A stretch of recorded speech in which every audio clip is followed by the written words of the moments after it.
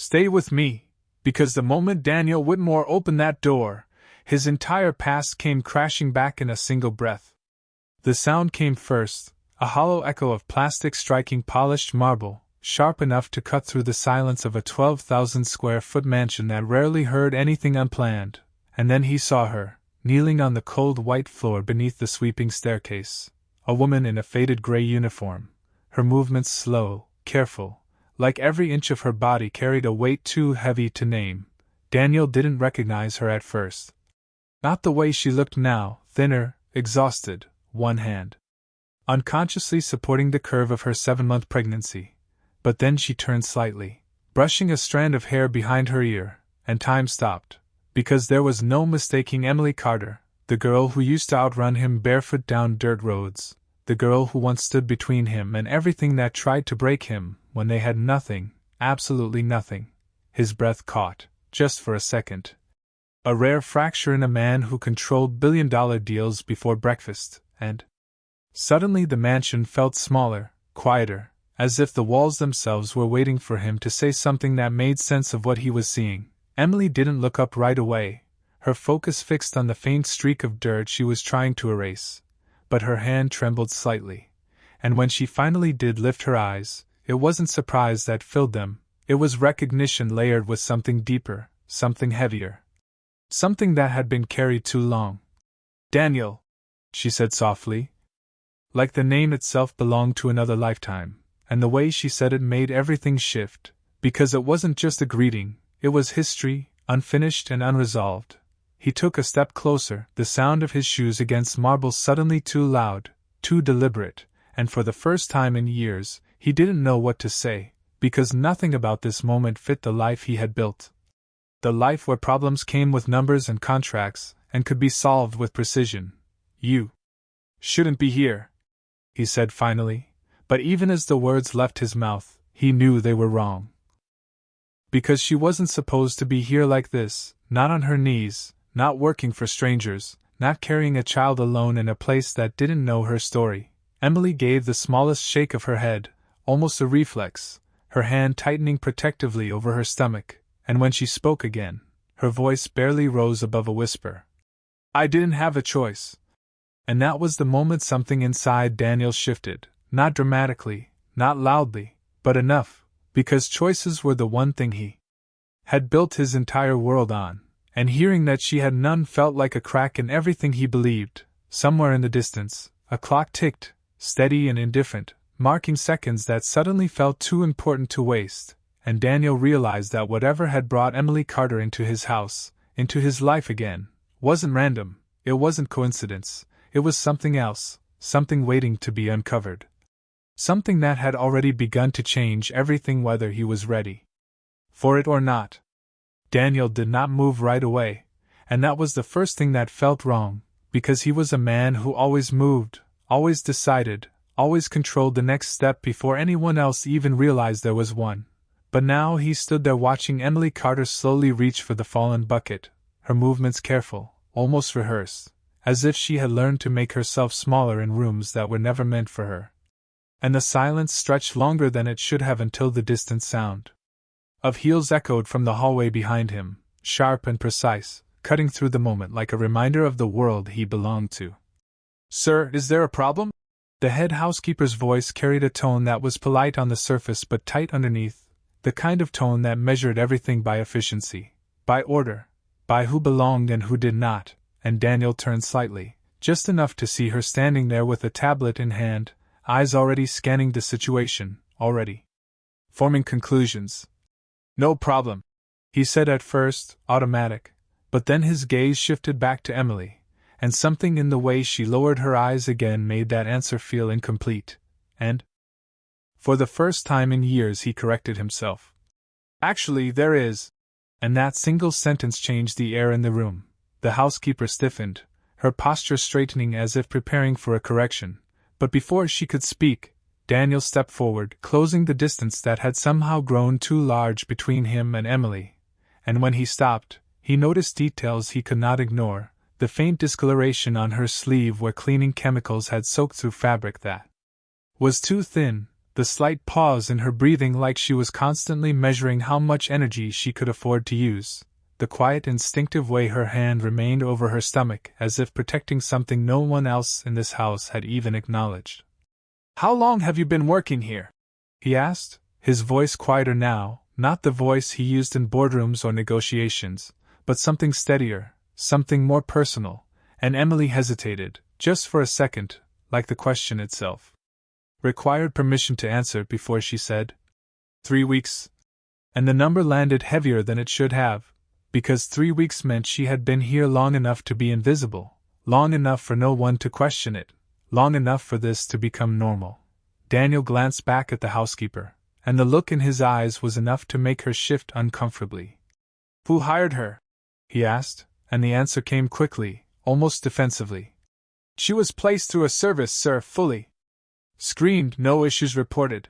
But the words felt hollow, like they were missing something important, something that had been overlooked because it was easier that way. Daniel nodded once, slow, controlled, but his attention returned to Emily. "And you needed this job?"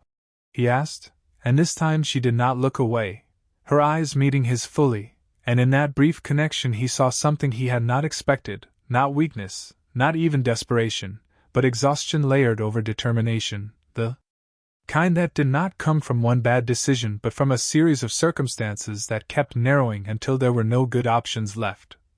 "I needed something," she said, and the simplicity of that answer carried more weight than any explanation, because it left everything unsaid, everything implied. Somewhere behind them, a phone vibrated softly, the housekeeper glancing down at her screen as if searching for an excuse to step away.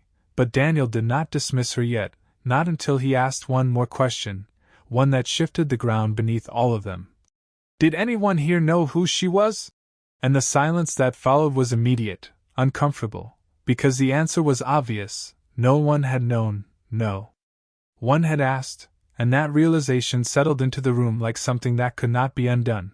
Daniel exhaled slowly, a measured breath that carried a decision forming beneath it, and when he spoke again, it was not to the housekeeper, it was to Emily. "You are not finishing this shift," he said, calm but firm, and she blinked, caught off guard, her hand tightening slightly over her stomach as if bracing for something she did not understand. "I can finish," she said quietly, almost automatically, like she had said those words too many times before in too many places. But Daniel shook his head once, not harshly, just enough to make it clear. "No, you cannot." And the difference in his tone was subtle but unmistakable. It was no longer a suggestion, it was a boundary being drawn. The housekeeper shifted again, clearly uncertain now. "Sir, the schedule," she began, but Daniel did not look at her when he responded. "Adjust it." And that was the end of it, because in this house, his word did not require explanation. The silence returned, but it felt different now, charged with something new, something that had not been there before, and Emily looked at him like she was trying to understand what had just changed, not just in the room, but in the direction of everything that came next, because she had walked into this house as someone invisible, someone temporary, someone passing through, and now, without warning, that path had shifted, and neither of them fully understood where it was leading, only that it was no longer the same. Emily did not stand immediately, and that hesitation said more than anything she could have explained, because it was the kind of pause built from weeks, maybe months, of learning that every change came with a cost, and every unexpected kindness usually came with a condition, and Daniel noticed it, the way her eyes flicked briefly toward the hallway as if checking whether she was allowed to move, as if permission had always come from someone else, and that alone tightened something in his chest that he had not felt in years. "You are not in trouble," he said, quieter now, more deliberate, and the words seemed to land carefully between them, not as an order but as something closer to reassurance, though even that felt unfamiliar in this space. Emily finally pushed herself up slowly, one hand bracing against the polished floor, the other still resting protectively over her stomach, and when she stood, Daniel realized she was smaller than he remembered, not physically, but in presence, like the world had pressed her edges inward over time. And yet there was still something there, something unbroken, something that had not disappeared no matter what had happened in the years between. "I can leave," she said, her voice steady but cautious, already preparing for an exit that felt safer than staying, and Daniel shook his head again, a fraction quicker this time, because the idea of her walking out of this house without answers felt wrong in a way he could not ignore. "You are not leaving," he said, and then added softer. "Not like this." And the difference mattered because it was not about control, it was about context, about understanding what had brought her here in the first place. The housekeeper cleared her throat lightly, shifting her weight as if trying to reinsert order into a situation that had drifted beyond her structure. "Sir, should I arrange transportation?" she asked, and Daniel glanced at her, considering for a brief second before responding. "No, I will handle it."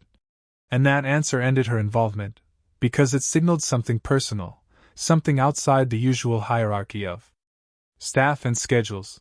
The hallway fell quiet again as she stepped away, her footsteps fading until it was just the two of them and the soft hum of the house itself, a sound that suddenly felt too controlled, too perfect compared to the reality standing in front of him. Daniel gestured slightly toward the sitting room just beyond the staircase, a space rarely used for anything more than formal conversations. "Sit down," he said, not commanding, but offering structure to a moment that needed it, and Emily hesitated only briefly before moving, her steps careful, measured, like each one had to be justified. When she lowered herself onto the edge of the couch, she did not lean back, did not relax, her posture still guarded, still ready to leave if necessary, and Daniel remained standing for a second longer before taking the chair across from her, not too close, not too far, creating a distance that felt intentional, respectful, and yet undeniably focused. "What happened?" he asked, and it was a simple question, but it carried years inside it, years of absence, of unanswered silence, of a life that had clearly moved in directions he had not seen, and Emily's gaze dropped to her hands, her fingers lightly tracing the edge of her sleeve as if grounding herself in something tangible. "Life happened," she said at first, almost with a hint of dry humor that did not quite reach her eyes, and for a moment Daniel almost accepted it, almost let the conversation stay on the surface where it was easier, but something about the way she said it, the way her voice tightened just slightly at the end, told him there was more, much more, waiting beneath. He leaned forward slightly, resting his forearms on his knees, his focus narrowing. "That is not an answer," he said, not harshly, but firmly enough to make it clear he was not asking out of politeness, and Emily exhaled slowly, a breath that seemed to carry weight with it, like she was deciding how much truth she could afford to give. "I made choices," she said finally, and then after a pause added, "and some of them were not really mine to make." And that distinction lingered in the air, because it hinted at something deeper. Something complicated, something that did not fit into simple explanations or easy judgments. Daniel watched her closely, not with suspicion, but with attention, the kind he reserved for details that mattered, and he realized that whatever had brought Emily Carter into this house was not just circumstance, it was a chain of events, decisions, pressures, and consequences that had narrowed her path until this was where it led, and for the first time since he built everything he had, he felt something unfamiliar, not uncertainty, but a sense that the next step he took here would matter in a way that no deal or contract ever had. Because this was not about numbers, it was about a person who once knew him before any of this existed, and now stood in front of him as someone he did not fully recognize, carrying a story that was clearly not finished yet. Emily's words did not fade after she said them, they stayed in the air between them, quiet but heavy, and Daniel did not interrupt, because for once he understood that pushing too fast would break something that was already fragile, so he let the silence stretch just enough for her to decide what came next, and when she finally looked up again, there was a shift in her expression, not dramatic, not sudden, but enough to signal that she had chosen to continue. "There was an opportunity," she said slowly, choosing each word with care. "A job that promised stability, healthcare, something steady." And she gave a small, almost ironic smile that did not reach her eyes. "Which sounded like everything I needed at the time."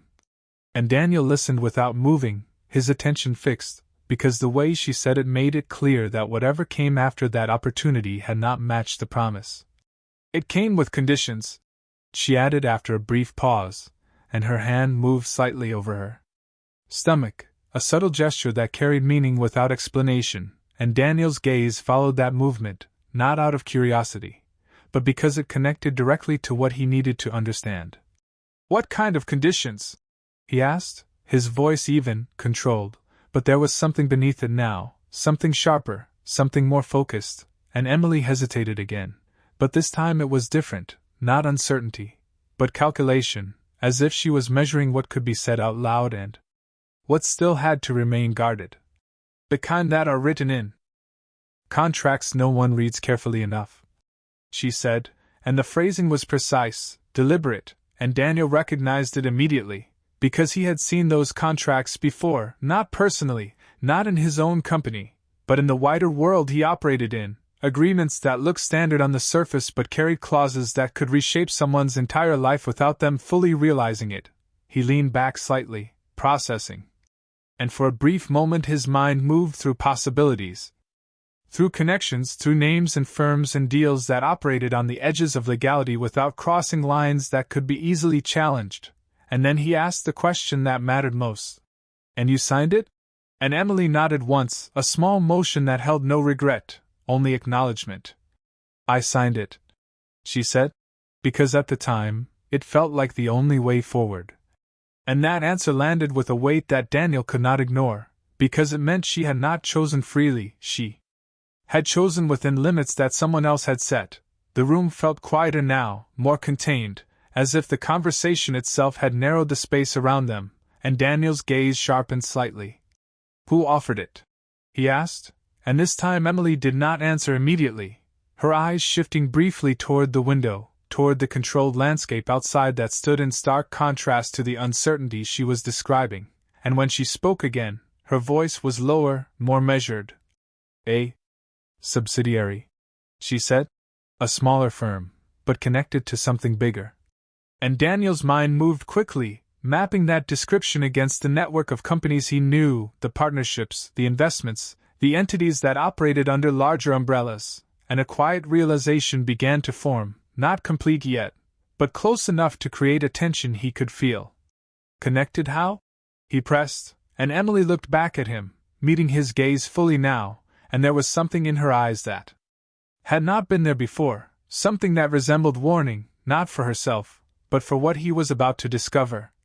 "Connected enough that you would recognize the name," she said, and the simplicity of that sentence carried a weight that shifted everything, because it meant this was no longer distant, no longer abstract. It was close, closer than he had expected.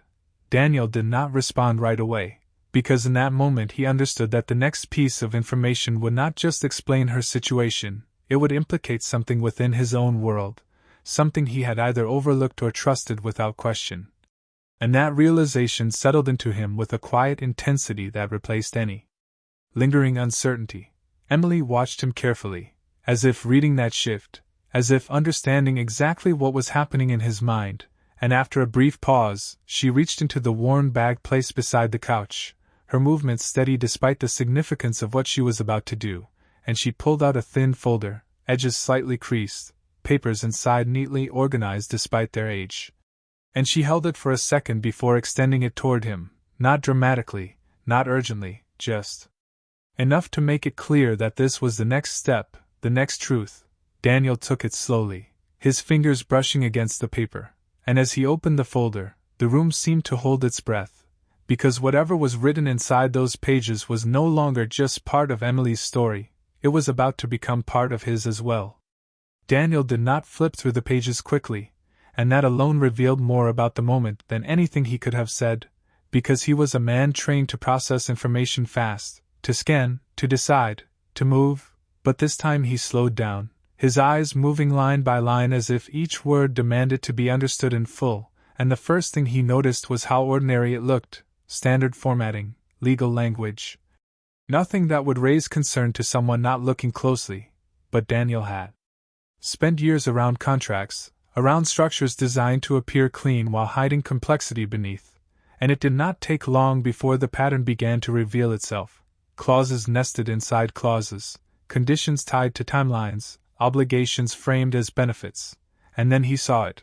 A section that did not match the rest, a requirement tied to confidentiality that extended far beyond employment, far beyond reasonable expectation, binding not just actions but silence, and his expression shifted slightly, not outwardly dramatic, but enough that Emily noticed it immediately. "You see it?"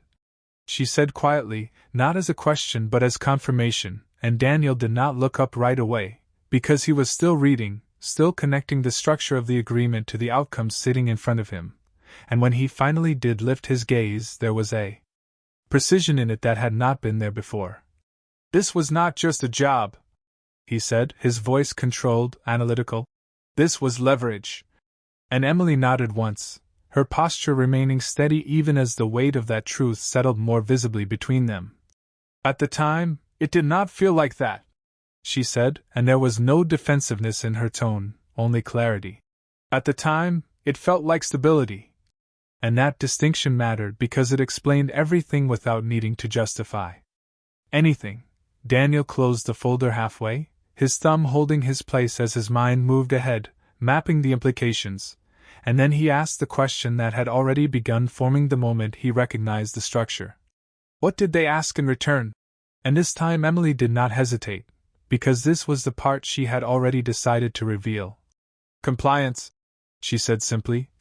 "And silence."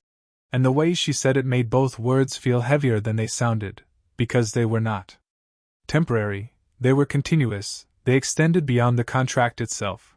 Daniel's jaw tightened slightly, not in anger, but in focus, because compliance could mean many things depending on how it was defined, and silence meant there was something they did not want exposed, something worth controlling.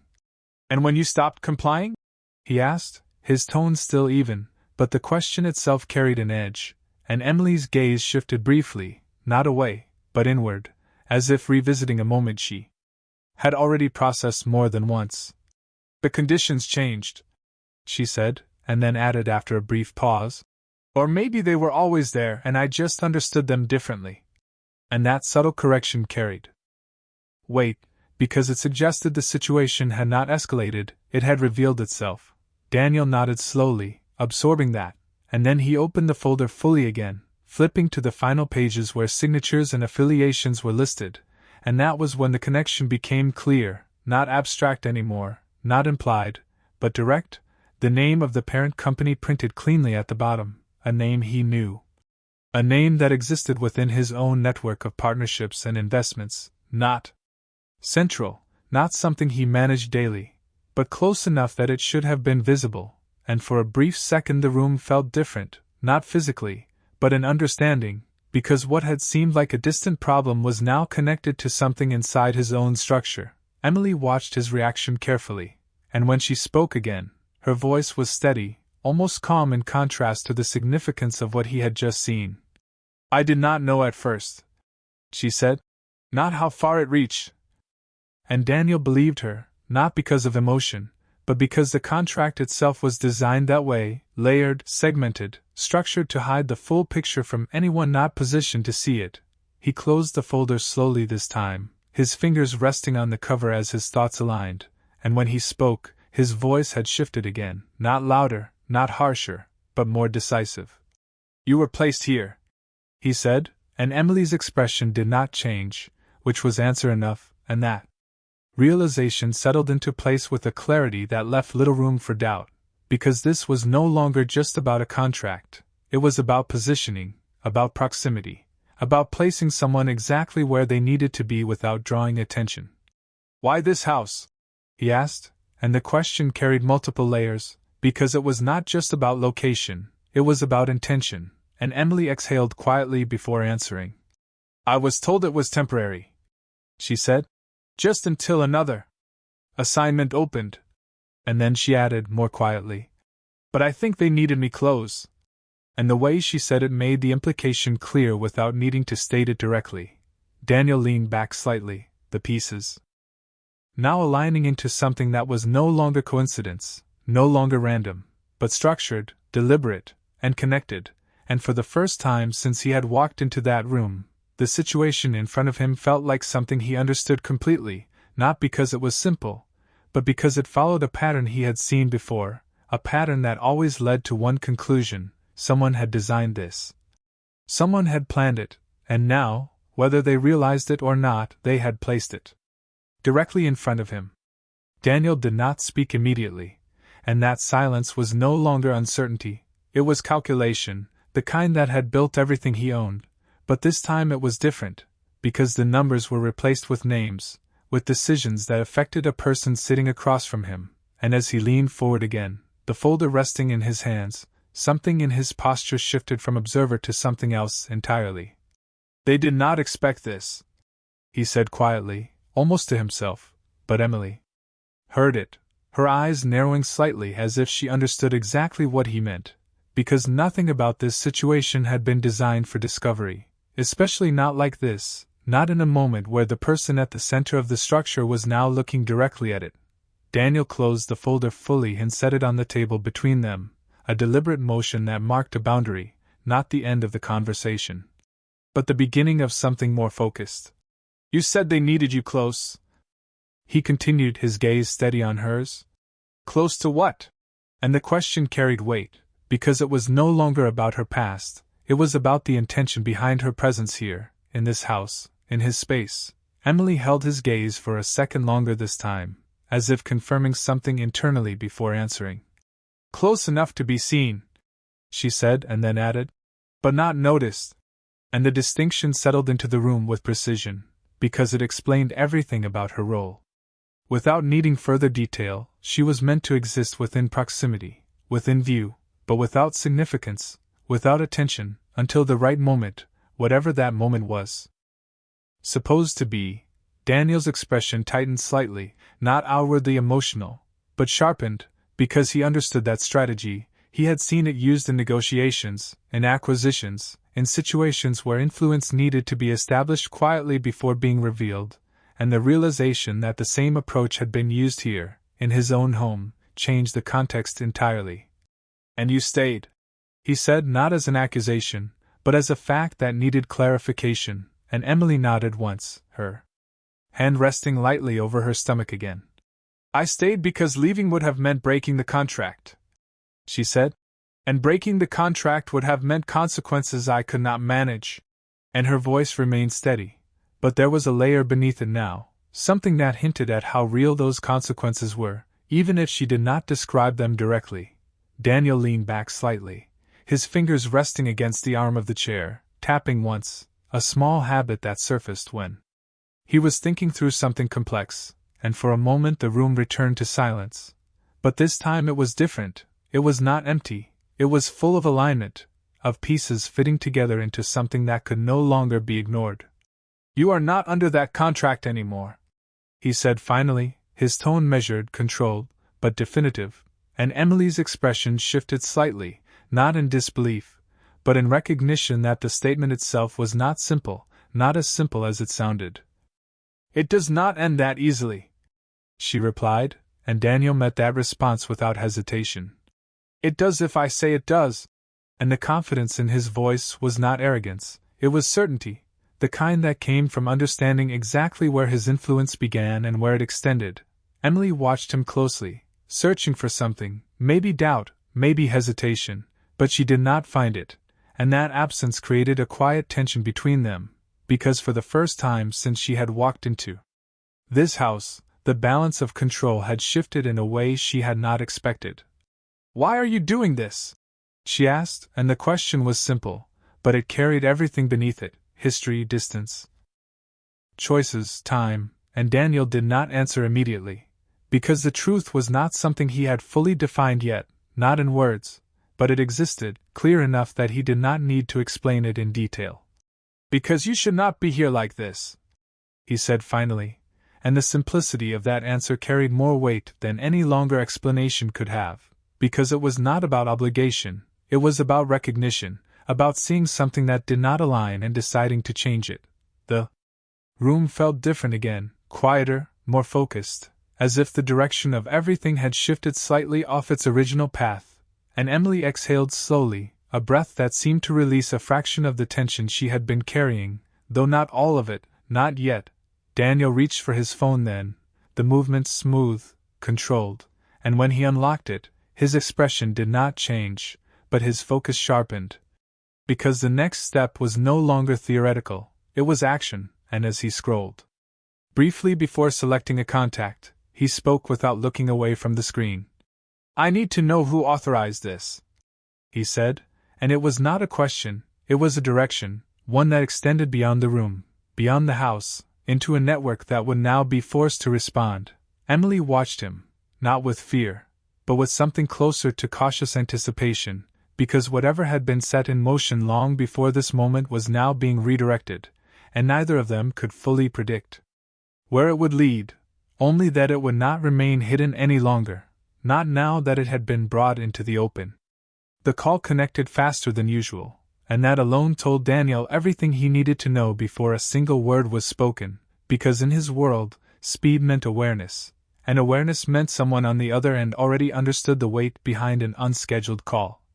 "I need full access to all subsidiary placements tied to domestic staffing contracts within the last 6 months," Daniel said without introduction, his tone level but precise, and there was a brief pause on the line, just long enough to confirm that the request was not routine. "Is there a specific concern?" the voice asked carefully, and Daniel's gaze shifted briefly toward Emily before returning forward, his answer measured. "Yes, and I expect it documented, not summarized." And the distinction mattered because summaries filtered truth, documentation revealed it. He ended the call without waiting for confirmation, because he did not need it, and as the phone lowered back into his hand, the room felt tighter, more focused, as if everything had narrowed to a single point of understanding. Emily watched him closely, her posture still guarded but no longer uncertain, because something had changed in the way he moved, the way he spoke, the way decisions were no longer forming but executing, and after a moment, she asked quietly, "What happens now?" And the question did not carry fear, it carried readiness, as if she had been waiting for someone to finally reach this point. Daniel did not answer immediately, because now that the situation had shifted from discovery to action, the next steps had to be exact, deliberate, without gaps, and when he finally spoke, his voice had taken on a clarity that left no room for ambiguity. "Now we find out who built this," he said, and the word built carried intention, because nothing about this had been accidental. A notification appeared on his phone seconds later, faster than expected, and that confirmed something else. The system had been watching, tracking, anticipating, and Daniel opened the file without hesitation, his eyes scanning the data as it populated, names, timestamps, authorizations, all aligned in a structure that was too organized to be random, and then he saw it, a signature, not hidden, not encrypted, but placed in a way that assumed no one would look closely enough to question it. His expression did not change, but something in his posture tightened, a subtle shift that Emily noticed immediately, because she had learned to read those small changes in people long before this moment. "You recognize it?" she said softly, and Daniel nodded once, slow, controlled. "Yes," he replied, and that single word carried more weight than anything else he could have said, because recognition meant connection, and connection meant accountability. He turned the screen slightly toward her, not fully, but enough for her to see the name highlighted in clean, precise text, and Emily's breath caught just slightly, not in shock, but in confirmation, because it matched what she had already suspected, what she had felt without proof, and now the proof was sitting in front of both of them. "It was never just a placement," Daniel continued, his voice steady, analytical. "It was positioning tied to oversight." And Emily nodded. Slowly, her hand resting more firmly over her stomach now, as if grounding herself in the moment. "I thought so," she said, and there was no satisfaction in her tone, only the quiet acknowledgement that what had been hidden was now visible. Daniel set the phone down carefully, his attention returning fully to her, and for a brief second the room went still again. But this time it was different, not heavy, not uncertain, but clear, because the unknown had been replaced with something tangible. Something that could be addressed. "You are not going back to that role," he said, and it was not framed as a question, not even as a suggestion, it was a decision already made, and Emily did not argue, did not hesitate, because for the first time, the path in front of her was not narrowing, it was opening, even if she could not yet see where it led. They will not ignore this, she said after a moment, her voice calm but direct, and Daniel met that statement without hesitation. Good, he replied, and there was something in that response that shifted the dynamic again, because it was not defensive, it was anticipatory, as if he expected resistance and had already accounted for it. Emily studied him for a second longer, and then she asked the question that mattered more than anything else. And if they push back? And Daniel held her gaze steady, unflinching, the answer forming not from emotion, but from certainty. Then they will have to explain why this exists in the first place, he said, and the simplicity of that answer carried power, because it reframed everything, it shifted the burden away from her, away from compliance, and placed it exactly where it belonged, on the system that had created it. The clock in the distance ticked again, marking time that no longer felt passive, and as the moment settled between them, it became clear that whatever had been designed to stay hidden had now crossed a line it could not return from, because it was no longer operating in silence. It was being examined, questioned, and most importantly, challenged by someone who understood exactly how it worked and had no intention of letting it continue.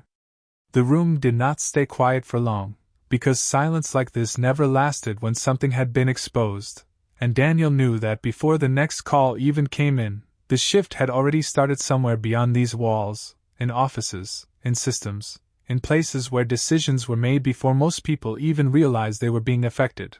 His phone vibrated once on the table, a controlled, deliberate signal. And when he picked it up, the message was short, precise, and exactly what he expected. Internal alert triggered, oversight review initiated, and that alone confirmed it. The structure they had uncovered was not isolated, it was monitored, protected, and now reacting. Emily noticed the slight change in his expression, not fear, not hesitation, but recognition, and she spoke before he did. They know. And it was not a guess, it was a conclusion, one built from understanding how systems like this operated, and Daniel did not deny it, he simply nodded once. Yes. And set the phone back down, his focus sharpening again, because awareness on their side meant movement on the other. The air in the room shifted subtly, as if the house itself had become part of something larger, something no longer contained, and for a brief moment, Emily's posture tightened again, not out of panic, but instinct, the same instinct that had kept her navigating a system designed to limit her options. And Daniel saw it immediately, the way her shoulders squared just slightly, the way her hand rested more firmly over her stomach, and he spoke before that tension could settle in fully. You are not dealing with this alone anymore. And the statement was simple, but it carried a weight that altered the balance again, because it was no longer just reassurance, it was positioning. Emily looked at him, studying the certainty in his voice, and for a second, something shifted in her expression, something quieter, less guarded, not fully trust, not yet, but closer than before. They will try to control the narrative, she said, her tone steady, analytical, as if she had already considered the next steps from their side, and Daniel nodded slightly, because that was expected, that was standard. They always do, he replied, and then added, but they cannot control what is already documented. And he tapped the folder lightly with his fingers, not as emphasis, but as a reminder. The truth was no longer hidden, it was recorded, structured, and now visible. Another notification appeared, this time longer, a secure file transfer, and Daniel opened it without hesitation, his eyes moving quickly across the updated information, additional authorizations, cross-references, and then something new. A directive issued less than 24 hours ago, a request to relocate personnel, and his gaze sharpened immediately, because timing like that was not coincidence. They were going to move you, he said, looking up at Emily, and she held his gaze without surprise. I was told to be ready, she confirmed, and that detail settled into place with precision, because it meant the plan had already been evolving before this moment, adapting, shifting, and now, because of what had happened here, it had been interrupted. Daniel leaned back slightly, processing the sequence, the adjustments, the reaction, and then he made the connection that changed the context entirely. This was not just about placement, he said, his voice lower now, more focused. It was about access. And Emily nodded slowly, because she had felt that, even without proof, even without clarity, and now the structure behind it was becoming visible. Access to what? She asked, and Daniel did not answer immediately, because the question required precision, not assumption, and as he glanced around the room, the house, the space that had always been controlled, predictable, secure, he saw it differently now, not just as a home, but as a point within a network, a place that held information, decisions, influence, and suddenly her presence here, her proximity, her invisibility, it all aligned. To me, he said finally, and the simplicity of that answer carried a weight that shifted everything again, because it meant the entire structure had been designed not just around her, but around him as well. The room fell still for a second, and Emily's expression changed slightly, not in shock, but in realization, because that connection reframed everything she had experienced, everything she had been placed into without full understanding, and for a moment neither of them spoke, because the implications were clear, immediate, and far-reaching.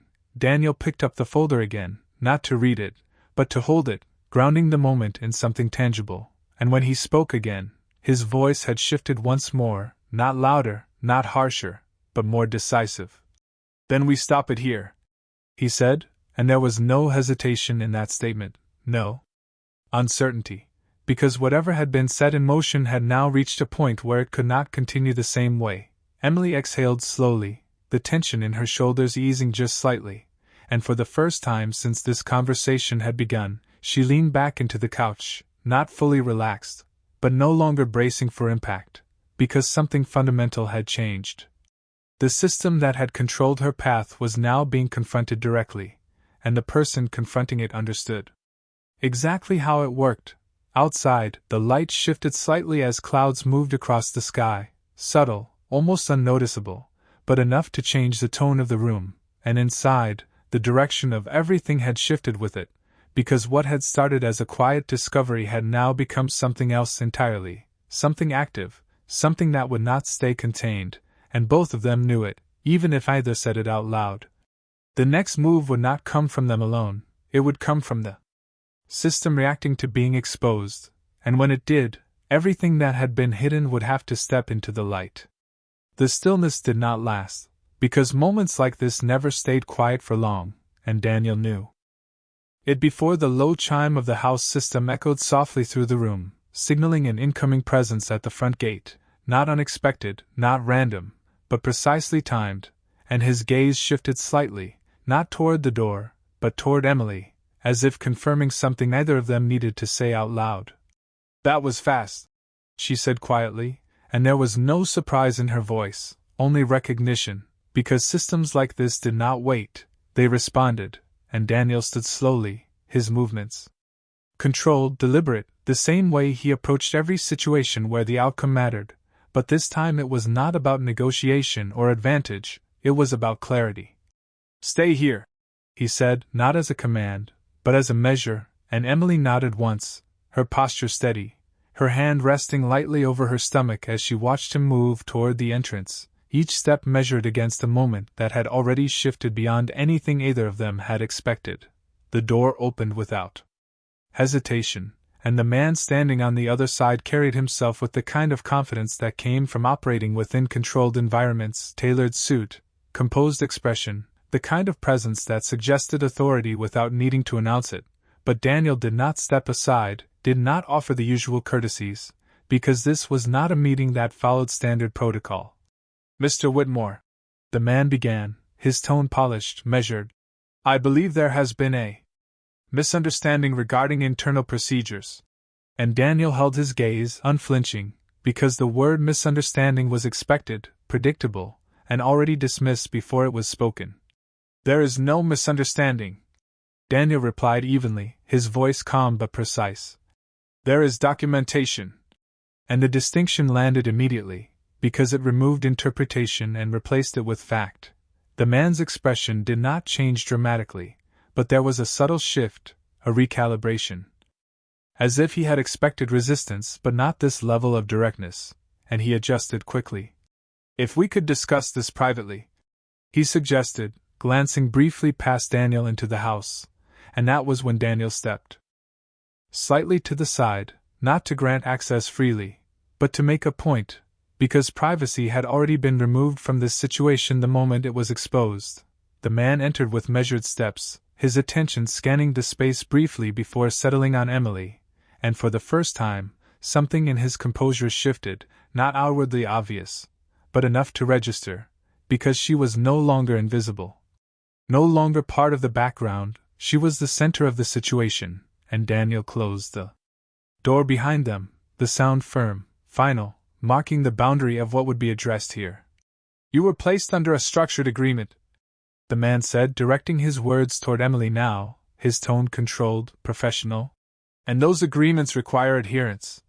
But Emily did not respond immediately, because she did not need to, not this time, and Daniel stepped forward just enough to redirect the conversation without raising his voice. "Those agreements have already been reviewed," he said, "and they extend beyond legal scope." And the precision of that statement removed any ambiguity, because it was not emotional, it was factual. The man held his gaze for a second longer, calculating, adjusting, and then he shifted again. "There are complexities you may not be aware of," he replied, and Daniel nodded slightly, as if acknowledging the statement before dismantling it. "Then explain them," he said, and the simplicity of that response left no room for deflection, because it required substance, not positioning. The room fell into a brief silence, not empty, but charged, because this was the moment where control either held or shifted completely, and Emily watched the exchange carefully, her posture steady, no longer shrinking, no longer withdrawing, because something fundamental had changed. She was no longer navigating alone. She was standing within a moment where the truth was being addressed directly. The man exhaled quietly, a controlled breath, and for the first time, his tone adjusted, less polished, more measured. "The placement was part of a broader operational strategy," he said, and Daniel did not interrupt, allowing the statement to fully exist before responding. "A strategy that required silence and proximity," he said, completing the thought with clarity. And the man did not deny it, because denial was no longer an option. Another second passed, and then Daniel stepped back slightly, creating space, not to disengage, but to redefine the position entirely. "This ends now," he said, and there was no emphasis, no raised voice, only certainty, and that certainty carried more weight than anything else in the room, because it was not a negotiation, it was a conclusion. The man held his gaze, measuring the outcome, and for a moment it seemed like he might respond, might attempt to redirect, to reframe, but then something shifted, subtle but final, and he nodded once, a small acknowledgement that the structure he represented had reached its limit here. "We will reassess," he said, and Daniel did not reply, because reassessment was not the point, exposure was, and that had already happened. The man turned then, his steps as controlled as when he arrived, and when the door closed behind him, the house fell quiet again. But it was not the same silence as before, it was different, lighter, as if something that had been held in place had finally been released. Daniel remained where he stood for a second longer before turning back toward Emily, and in that moment, nothing needed to be said immediately, because the shift was already clear. The system that had confined her had been confronted, and more importantly, it had been forced to step back, not because it chose to, but because it had been seen. Emily exhaled slowly, her shoulders easing in a way they had not since this began, and she looked at him, not with uncertainty, but with something steadier, something grounded, and Daniel met that look without explanation, because some moments did not need words, they needed space, and this was one of them. Outside, the light broke through the clouds. Subtle but real, and inside, the direction of everything had changed, not loudly, not dramatically, but in a way that could not be undone, because once something hidden had been brought into the open, it could never return to the same place again.